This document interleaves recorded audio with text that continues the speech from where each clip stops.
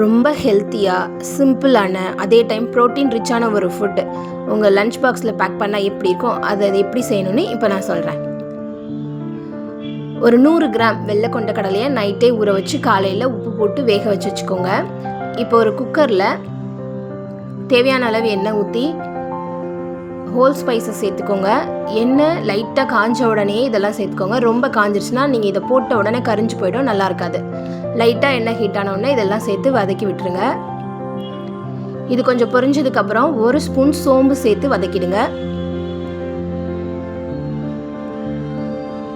1 cup basmati rice நான் எடுத்திருக்கேன் இந்த சாப்பாடு செய்யறதுக்கு.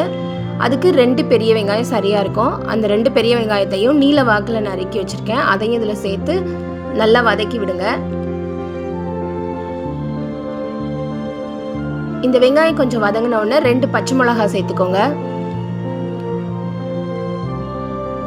இப்போ இஞ்சி பூண்டு பேஸ்ட் நல்லா 1 ஸ்பூன் நிறைய சேர்த்து அதை நல்லா பச்சை வாசனை போக வதக்கி விட்டுட்டு 3 பழுத்த தக்காளியை நீல வாக்கில் கட் பண்ணி போட்டிருக்கேன். குழந்தைங்களுக்கு பிடிக்காது அப்படின்னா நீங்கள் இதை அரைச்சி கூட சேர்த்துக்கலாம்.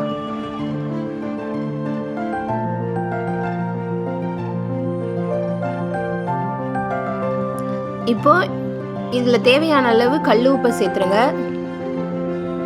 தக்காளி இந்த அளவுக்கு குழஞ்சி வந்ததுக்கு அப்புறமா 1 கைப்பிடி அளவு கொத்தமல்லி இலையை சேர்த்துக்கோங்க.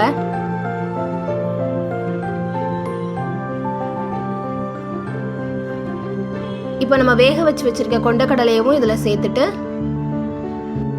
1 ஸ்பூன் மிளகாத்தூள், 1/2 ஸ்பூன் மஞ்சத்தூள் சேர்த்துக்கோங்க. காரம் அதிகமாக வேணும்னா இன்னும் சேர்த்துக்கோங்க, இல்லைன்னா கொஞ்சம் கம்மியாக போட்டுக்கோங்க.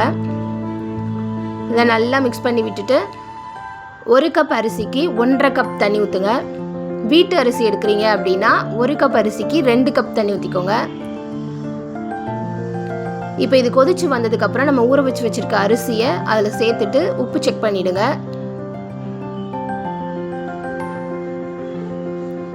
குக்கரை க்ளோஸ் பண்ணி 1 விசில் வர வரைக்கும் சிம்மில் வச்சுடுங்க.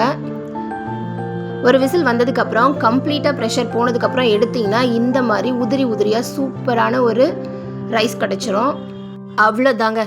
இதோட கொஞ்சம் ரைத்தா வச்சு சர்வ் பண்ணுங்கள், சும்மா அட்டகாசமாக இருக்கும் டேஸ்ட்டு. வீக்கெண்டில் சிம்பிளாக செய்யணுன்றவங்க இந்த ஃபுட்டை ட்ரை பண்ணி பாருங்கள். தேங்க்யூ.